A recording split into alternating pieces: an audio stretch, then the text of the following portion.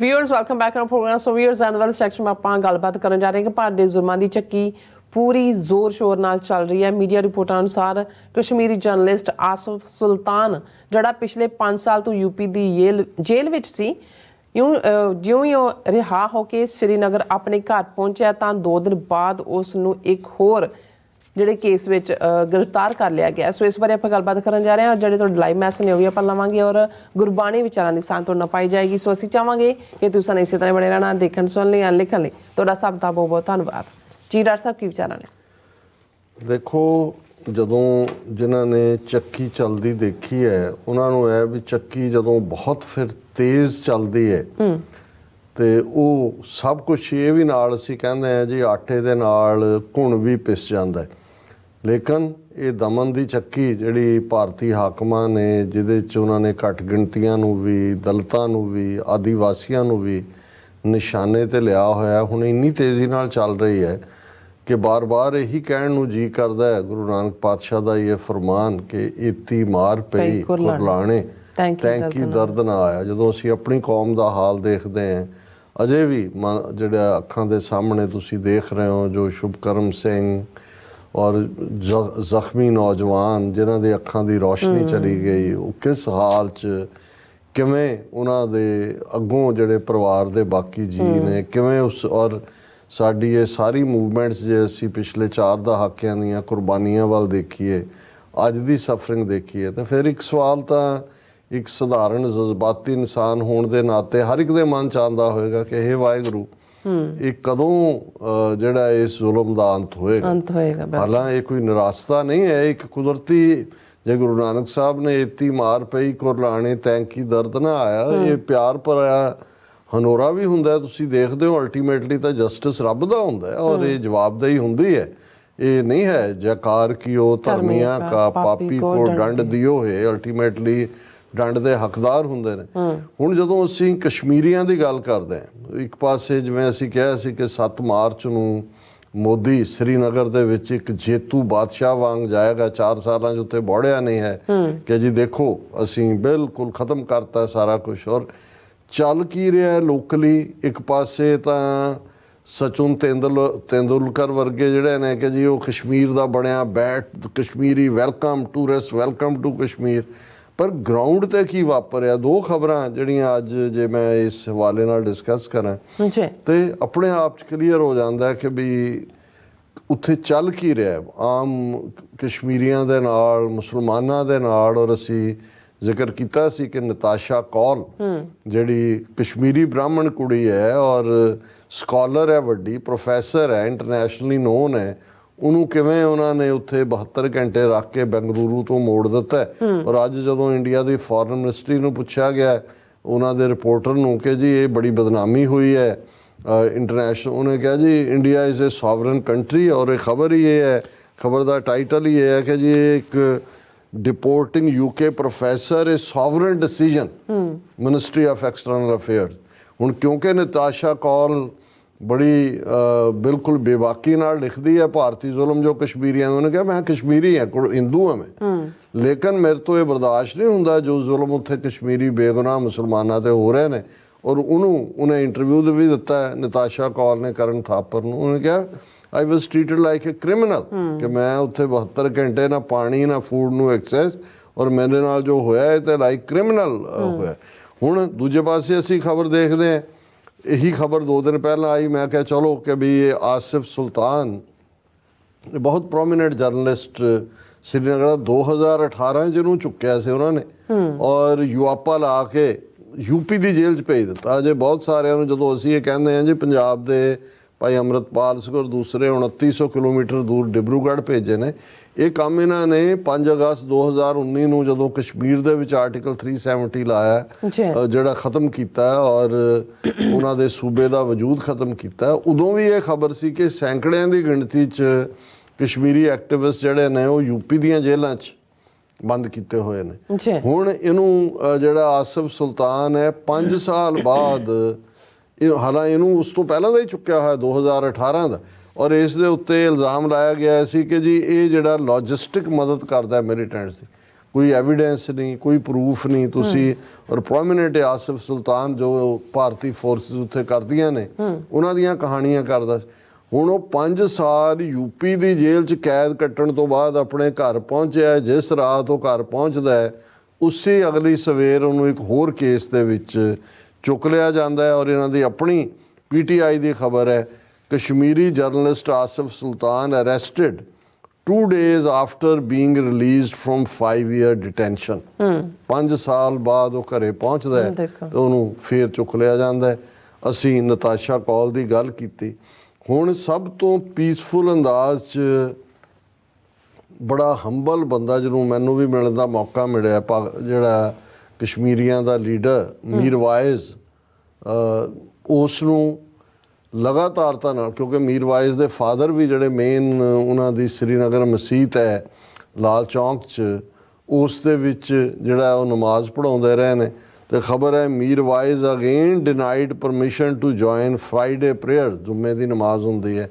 Expect justice from court. ਔਕਾਫ ਕਹਿੰਦਾ sources say the authorities and the caretaker body of Jama Masjid, Anjuman Awqaf Jama Masjid, held several rounds of talk in the past few days to prepare the ground for the 50-year-old Mirwais to deliver the sermon।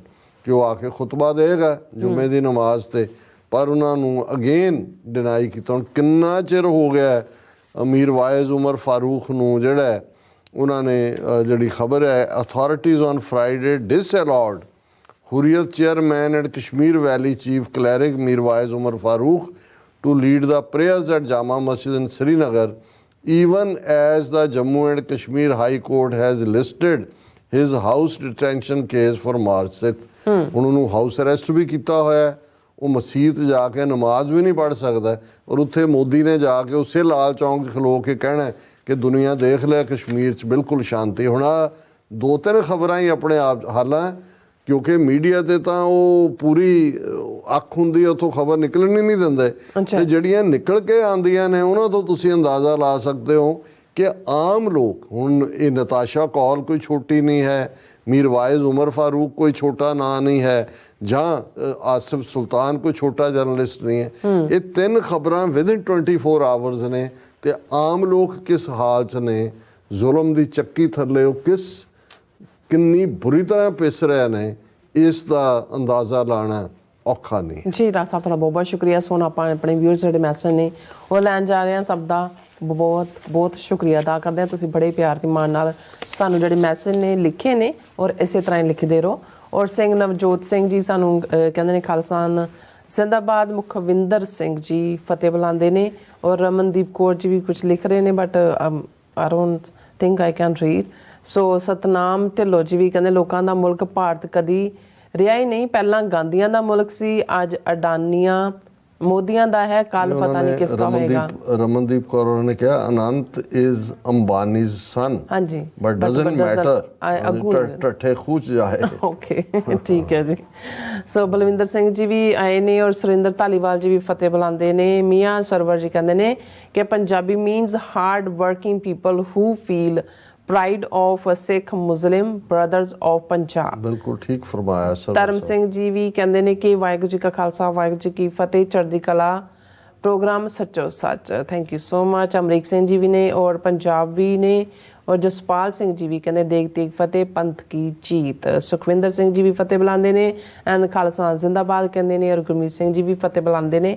और इसी तरह कहते हैं पंजाब हाल आज़ादी। सतनाम ढिल्लों जी कहते हैं दुश्मन ते मारदे खक गए पर ਅਸੀਂ ਮਰੇ ਨਾ। ਹਾਂ, ਪਤਾ ਨਹੀਂ ਇਹਨਾਂ ਦਾ ਕੀ। ਹਾਂਜੀ। ਸੋ ਬਲਿਹਾਰ ਸੋਈ ਜੀ ਕਹਿੰਦੇ ਆਜ਼ਾਦੀ ਹਾਲ ਹੈ, ਔਰ ਕਿਸਾਨ ਹੱਲ ਖਾਲਸਾਨ, ਜਵਾਨ ਹੱਲ ਖਾਲਿਸਤਾਨ ਜ਼ਿੰਦਾਬਾਦ। ਵਾਹਿਗੁਰੂ ਜੀ ਕਾ ਖਾਲਸਾ ਵਾਹਿਗੁਰੂ ਜੀ ਕੀ ਫਤਿਹ। ਔਰ ਗੁਰਤੇਜ ਸਿੰਘ ਢਿੱਲੋਂ ਜੀ ਧਾਲੀਵਾਲ ਜੀ ਕਹਿੰਦੇ ਨੇ ਕਿ ਵਾਹਿਗੁਰੂ ਜੀ ਕਾ ਖਾਲਸਾ ਵਾਹਿਗੁਰੂ ਜੀ ਕੀ ਫਤਿਹ, ਖਾਲਸਾ ਜ਼ਿੰਦਾਬਾਦ। ਹੁਣ ਤਾਂ ਬਲੈਕੀਏ ਸਿੱਖਾਂ ਦੇ ਕੇਸ ਕਰਾਉਣਗੇ ਆ ਕੇ ਭਾਈ ਸਾਥ, ਸਾਡੀ ਵੀ ਕੋਈ ਅਦਾਲਤ ਦੱਸੋ। ਅਸੀਂ ਪਤਾ ਨਹੀਂ ਕੀ ਕਹਿਣਾ ਚਾਹੁੰਦੇ ਨੇ। ਮਿਸ਼ਰਾ ਸਿੰਘ ਜੀ ਕਹਿੰਦੇ ਪੰਜਾਬ ਹੱਲ ਖਾਲਿਸਤਾਨ। ਗੁਰਮੀਤ ਸਿੰਘ ਜੀ ਵਾਹਿਗੁਰੂ ਜੀ ਕਹਿੰਦੇ ਨੇ, ਔਰ ਇੰਦਰਜੀਤ ਸਿੰਘ ਹੋਰਾਂ ਨੇ ਡੋਨੇਟ ਕੀਤੇ ਨੇ $50, ਔਰ ਕਹਿੰਦੇ thanks for your good work doctor sahib and Neelam Kaur ji. Hopefully I will see you guys on Stockton Nagar Kirtan like every year. Yeah, जी, sure. बिल्कुल। हाँ जी। और प्रभु कौर जी संगत जमुना नगरा जमुना नगर हरियाणा इंडिया। और गुरमीत सिंह गुरफतेह बुलाते ने। और इसी तरह सतनाम औजला जी भी फतेह बुलाते ने। गुरमीत सिंह सैनी प्रीत भी किरपा करे कहते वाहिगुरू जी। और सतनाम ढिल्लो जी कहते हैं कि कहते जे जट पढ़ गया तो वह खुदा नाल भी लड़ गया सियाणे अते पता नहीं इन्हों का कहने का की मतलब है। सो नाइस तुसी लिखिया। सो इंदर प्रीत सिंह जी कहते you guys are doing a good work Panth should be proud of for you guys and one day Panth will recognise your work. Thank you so much. And इसी तरह सैनी प्रीत कहते सरदार अमरजीत सिंह जी भैन जी नीलम कौर जी वाहिगुरू जी का खालसा वाहिगुरू जी की फतेह। और इसी तरह बलविंदर सिंह जी भी कहते इधर उधर की दी हुण गल छड्डो मित्रो खालिस्तान हर एक मसले दा हल मित्रो। जतिंदर सिंह जी एंड इंदरप्रीत सिंह एंड इसी तरह जसवीर सिंह फिर धर्म सिंह जी एंड सतनाम सिंह जी जसविंदर अटवाल जी एंड इसी तरह साडे कोल हैगे ने सुखविंदर सिंह जी फिर अगे हैगे ने मोहन सिंह जी फिर इसी तरह हरमन पन्नू जी ते जसकीरत सिंह जी। और ये सानू फतेह बुलाते हैं और खालसा जिंदाबाद कहते हैं। शेरबाज जी सिंह इन्होंने काफ़ी दिन तो सानू पुछ रहे हैं ढिल्लों जी कह रहे हैं कि ਜਿਹੜੀ ਈਮੇਲ ਦਾ ਪ੍ਰੋਬਲਮ ਜਿਹੜੀ ਹੈ ਚੱਲ ਰਹੀ ਹੈ। ਢਿੱਲੋਂ ਸਾਹਿਬ ਅਸੀਂ ਹੁਣ ਹੋਲਡ ਕਰ ਲਿਆ। ਮੇਰਾ ਖਿਆਲ ਹੈ ਵੀ ਆਉਂਦੇ ਦਿਨਾਂ ਦੇ ਵਿੱਚ 1-2 ਦਿਨਾਂ ਦੇ ਵਿੱਚ ਸਾਨੂੰ ਜਿਹੜੀ ਐਕਸੈਸ ਮਿਲ ਜਾਏਗੀ।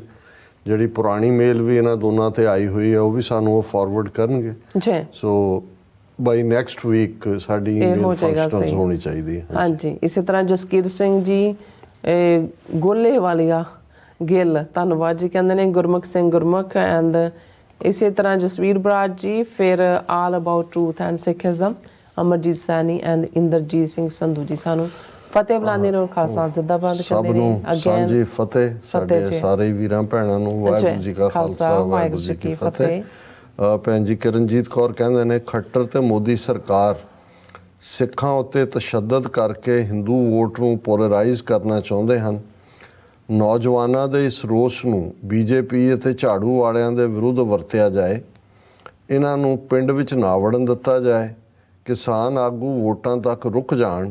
ਵੈਸੇ ਵੀ ਇਸ ਵੇਲੇ ਭਾਈ ਅੰਮ੍ਰਿਤਪਾਲ ਸਿੰਘ ਤੇ ਸਾਥੀਆਂ ਨੂੰ ਪੰਜਾਬ ਲਿਆਉਣ ਵਾਲੇ ਮੋਰਚੇ ਉੱਤੇ ਫੋਕਸ ਕਰਨ ਦੀ ਲੋੜ ਹੈ। ਬਿਲਕੁਲ ਤੁਸੀਂ ਭੈਣ ਜੀ ਬਿਲਕੁਲ ਠੀਕ ਫਰਮਾਇਆ। ਅਸੀਂ ਸਮਝਦੇ ਹਾਂ ਕਿ ਵੀ ਇਹਨਾਂ ਨੂੰ ਰਾ ਮਟੀਰੀਅਲ ਬਣਾ ਕੇ ਨਾ ਵਰਤਿਆ ਜਾਏ। ਨੌਜਵਾਨਾਂ ਨੂੰ ਫੋਕਸ अपना होए। और इस वेले भाई अमृतपाल सिंह होरां वाला मोर्चा भी और ऑलरेडी कौमी इंसाफ मोर्चा जिन्होंने अपन सजावां पूरियां कीतियां ने क्योंकि टाइमिंग भी और स्ट्रैटजी भी और डायरैक्शन भी कुछ नहीं है। जिहड़ी लीडरशिप है उन्हां दे पल्ले बॉब सिंह उन्होंने सारी टीम नूं फतेह कही है।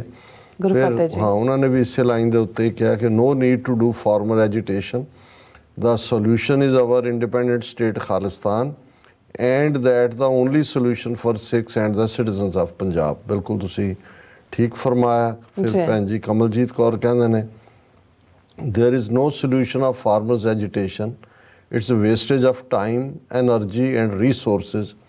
farmers can use this energy to propagate their homeland। क्योंकि ਜਿਹਨੂੰ ਕਹਿੰਦੇ ਨੇ 100 ਹੱਥ ਰੱਸਾ ਸਿਰੇ ਤੇ ਗੰਢ ਤੁਸੀਂ ਐਵੇਂ ਬਿਮਾਰੀ ਦਾ ਇੱਕ ਲੱਛਣ ਦੂਜਾ ਲੱਛਣ बिल्कुल उन्होंने तीनों ही चीज़ा waste of time energy resources. Jasbir Singh फतेह अर्ज करते हैं गुरनाम सिंह कहते हैं आसम भाई संतोख सिंह भाऊ जी बिल्कुल जबरदस्त इन बिपर। दलजीत सिंह राजविंदर सिंह दविंदर संधू खालसा राज करेगा और खालसा राज करेगा। उन्होंने कहा कि बाहरले सिखां नूं दिशाहीन मोर्चे लई कुछ दिशा देनी चाहिए है। मान साहब नूं कहो कि खीसे विचों खालिस्तानी चिट्ठी कढ़ के अकाल तख्त साहब ते जाके खालिस्तानी मंत्री मंडल का ऐलान ही कर देन। ये तो मेरे ख्याल तंज की है उन्होंने पर गल ठीक है कि भी अल्टीमेटली दिशा दे नाल ही जिहड़ी है वो दशा बदलती है। अदरवाइज दशा होर दी होर हो जाती है। फिर उन्होंने खालसा राज कर क्या किसानों मोर्चे होर शुरू कर देने चाहिए हैं। पहला कणक ना वढ़ण का मोर्चा लाओ ਸਿਰਫ ਆਪਣੇ ਜੋਗੀ ਕਣਕ ਵੱਢੋ ਤੇ ਜੋ ਕਿਸਾਨ ਮੋਰਚੇ ਦੇ ਹਮਾਇਤੀ ਹਨ ਉਹਨਾਂ ਲਈ। ਫਿਰ ਫਸਲਾਂ ਨਾ ਬੀਜਣ ਦਾ ਮੋਰਚਾ। ਅਚਾਰ ਨਾਲ ਰੋਟੀ ਖਾ ਕੇ ਗੁਜ਼ਾਰਾ ਕਰੋ, ਖਰੀਦਦਾਰੀ ਬੰਦ ਕਰੋ। ਵੈਸੇ ਵੀ ਉਹਨਾਂ ਬਾਰਡਰ ਬੰਦ ਕੀਤਾ ਹੋਇਆ ਹੈ ਤੇ ਉਹਨਾਂ ਪੰਜਾਬ ਵਿੱਚ ਕੁਝ ਆਉਣ ਨਹੀਂ ਦੇਣਾ। ਆਪਣੇ ਖਾਣ ਪੀਣ ਲਈ ਫਸਲ ਆਹ ਹੀ ਪੈਦਾ ਕਰੋ। ਇਸ ਤਰ੍ਹਾਂ ਕਰਨ ਨਾਲ ਪਿੰਡਾਂ ਵਿੱਚੋਂ ਭਈਏ ਆਪ ਹੀ ਪਿੰਡ ਛੱਡ ਜਾਣਗੇ। ਲੰਗਰ ਵੀ ਆਪਣਿਆਂ ਲਈ ਹੋਣੇ ਚਾਹੀਦੇ ਨੇ। ਹੁਣ ਮੈਂ ਇਸ ਤੇ ਕਮੈਂਟ ਨਹੀਂ ਕਰਦਾ। ਹਾਲਾਂ ਕੁਝ ਚੀਜ਼ਾਂ ਠੀਕ ਨੇ। ਅਕਸਰ ਸਾਡੇ ਇੱਕ ਹੋਰ ਵੀ ਵੀਰ ਨੇ ਕਾਲ ਕਰਕੇ ਕਿਹਾ ਕਿ ਜੀ ਜੇ ਇਹੀ ਫੈਸਲਾ ਕਰੋ ਕਿ ਭਾਈ ਇਸ ਸਾਲ ਦੇ ਵਿੱਚ ਤੁਸੀਂ ਆਪਣੇ ਲਈ ਬੀਜਣਾ ਹੈ। ਮੈਂ ਕਿਹਾ ਵੀ ਕਰਜ਼ਾ ਇੰਨਾ ਕੁ ਸਿਰ ਤੇ ਹੁੰਦਾ ਹੈ ਔਰ ਦੂਸਰਾ ਇੰਨਾ ਕੁ ਚੱਲ ਰਿਹਾ ਹੁੰਦਾ ਵੀ ਇਹ ਪ੍ਰੈਕਟੀਕਲ ਨਹੀਂ ਹੈ। ਹਾਂ, ਜਦੋਂ ਫਿਰ ਜੇ ਤਾਂ ਫਾਈਨਲ ਹੰਨੇ ਜਾਂ ਬੰਨੇ ਦੀ ਲੜਾਈ ਹੋਏ ਉਹ ਤਾਂ ਫਿਰ ਆਜ਼ਾਦੀ ਦੀ ਲੜਾਈ ਤੇ ਆ ਕੇ ਗੱਲ ਮੁੱਕੇਗੀ। ਹੁਣ ਕੋਈ ਹੋਰ ਚਾਰਾ ਨਹੀਂ ਹੈ।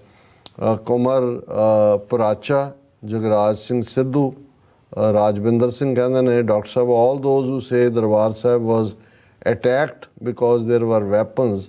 There were no weapons, farmers were attacked. If they had weapons, these terrorists were not going to dare to attack. ਬਿਲਕੁਲ ਠੀਕ ਵੀ ਕਰ ਲੋ, ਲੈ ਲੋ ਸ਼ਾਂਤਮਈ। ਖਾਲਸਾ ਰਾਜ ਕਰੇਗਾ। ਰਾਜਵਿੰਦਰ ਸਿੰਘ, ਦੀਪ ਸਿੰਘ ਨੇ ਕਿਹਾ ਅੱਜ ਭਾਰਤੀ ਤੰਤਰ ਨੇ ਲੱਖਾ ਸਿਧਾਣਾ ਦੇ ਸੋਸ਼ਲ ਮੀਡੀਆ ਦੇ ਖਾਤੇ ਬੰਦ ਕਰ ਦਿੱਤੇ। ਮੁਹੰਮਦ ਅਸਲਮ ਉਹਨਾਂ ਨੇ ਕਿਹਾ may Allah bring freedom to all the captives and sufferers brothers and sisters at the earliest। बहुत शुक्रिया। और उन्होंने कहा कि भी yes in a way every occurrence is leading to a freedom। दीप जी फिर सिंह हरमिंदर, मोहम्मद असलम फिर कहते हैं at what point and after how many sacrifices farmer leaders will come to the conclusion of freedom and breaking of cage। This is really worrisome कि भाई इस गुलामी के पिंजरे ਨੂੰ ਤੋੜੋ। ਸੋਹਣ ਸਿੰਘ ਮਾਇਲ ਫਿਰ ਭੈਣ ਜੀ ਕਮਲਜੀਤ ਕੌਰ ਲਿਖਦੇ ਨੇ please discuss some extras rather than to read all comments that be appreciated। you already working hard, no need to do extras by reading comments। ਉਹਦੇ 'ਚ ਭੈਣ ਜੀ ਦੋਨੋਂ ਤਰ੍ਹਾਂ ਦੇ ਹੀ ਹੁੰਦੇ ਨੇ। ਸਾਨੂੰ ਇਹ ਵੀ ਹੁੰਦਾ ਵੀ ਇਹਦੇ ਨਾਲ ਇੱਕ ਉਤਸ਼ਾਹ ਵੀ ਬਣਦਾ ਹੈ, ਸਾਡੇ ਪਾਰਟਿਸਿਪੇਟ ਕਰਦੇ ਨੇ ਵੀਰ ਭੈਣਾਂ। ਪਰ ਮੈਨੂੰ ਲੱਗਦਾ ਕਿ ਵੀ ਕੁਛ ਨਾ ਕੁਛ ਕ੍ਰੀਏਟਿਵ ਸੁਝਾਅ ਹੋਏ ਜਾਂ ਕੋਈ ਕਮੈਂਟ ਹੋਏ, ਭਾਵੇਂ ਕ੍ਰਿਟਿਸਿਜ਼ਮ ਵੀ ਹੋਏ। ਬੌਬ ਸਿੰਘ ਉਹ ਕਹਿੰਦੇ ਨੇ ਕਿ ਐਸੇ ਬਹੁ ਰੂਪੀਏ ਮੋਹਨਦਾਸ ਕਰਮਹੀਣ ਨੂੰ ਨਾ ਮਹਾਤਮਾ ਕਿਹਾ ਜਾਏ ਨਾ ਗਾਂਧੀ ਦੀ ਥਾਂ ਗੰਧ ਕਿਹਾ ਜਾਏ। ਇਹ ਮੇਰੇ ਬਾਪੂ ਜੀ ਨੇ ਮੇਰੇ ਕੋਲੋਂ ਹੁਣੇ ਲਿਖਵਾਇਆ ਹੈ ਜੀ। ਨਾਲ ਹੀ ਡਾਕਟਰ ਸਾਹਿਬ ਤੁਹਾਡੇ ਸਤਲੁਜ ਟੀਵੀ ਵਾਲੇ ਪ੍ਰੋਗਰਾਮ ਦੀ ਇੰਤਹਾ ਤਾਰੀਫ ਵੀ ਕੀਤੀ ਹੈ। ਬਹੁਤ ਬਹੁਤ ਸ਼ੁਕਰੀਆ ਬੌਬ ਸਿੰਘ ਜੀ। ਬਜ਼ੁਰਗਾਂ ਨੂੰ ਸਾਡੀ ਫਤਿਹ ਵੀ ਅਰਜ਼ ਕਰਨਾ, ਉਹਨਾਂ ਨੂੰ ਕਹਿਣਾ ਕਿ ਭਾਈ ਤੁਹਾਡੀਆਂ ਅਸੀਸਾਂ ਦੇ ਨਾਲ ਹੀ ਅਸੀਂ ਕੁਛ ਕਰਨ ਦੇ ਸਮਰੱਥ ਹੋ ਰਹੇ। ਔਰ ਕਿਰਪਾਲ ਸਿੰਘ ਚੀਮਾ ਉਹਨਾਂ ਦਾ ਅੱਜ ਬਰੀਫ ਮੈਸੇਜ ਹੈ ਹੱਕ, ਸੱਚ, ਧਰਮ, ਭਲੇ ਤੇ ਇਨਸਾਫ ਨੂੰ ਮੁੱਖ ਰੱਖ ਕੇ ਲੜੀ ਜੰਗ ਹੀ ਮਨੁੱਖਤਾ ਨੂੰ ਆਜ਼ਾਦੀ ਦੀ ਮੰਜ਼ਿਲ ਤੱਕ ਲੈ ਜਾਂਦੀ ਹੈ। ਜੰਗ ਜਿੱਤਣ ਲਈ ਅਕਾਲ ਦੀ ਸੱਚੀ ਫੌਜ ਦੀ ਓਟ ਬਹੁਤ ਜ਼ਰੂਰੀ ਹੈ।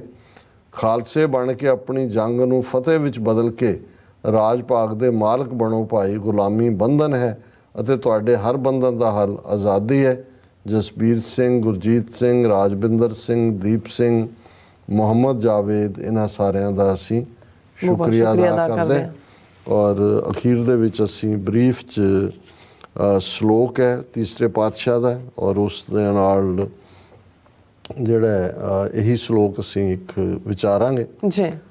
ਆਪਣੇ ਪ੍ਰੀਤਮ ਮਿਲ ਰਹਾ ਅੰਤਰ ਰੱਖਾਂ ਉਰਤਾਰ ਸਾਲਾਹੀ ਸੋ ਪ੍ਰਭ ਸਦਾ ਸਦਾ ਗੁਰ ਕੈ ਹੇਤ ਪਿਆਰ ਨਾਨਕ ਜਿਸ ਨਦਰ ਕਰੇ ਤਿਸ ਮੇਲ ਲੈ ਸਾਈ ਸੁਹਾਗਣ ਨਾਰ।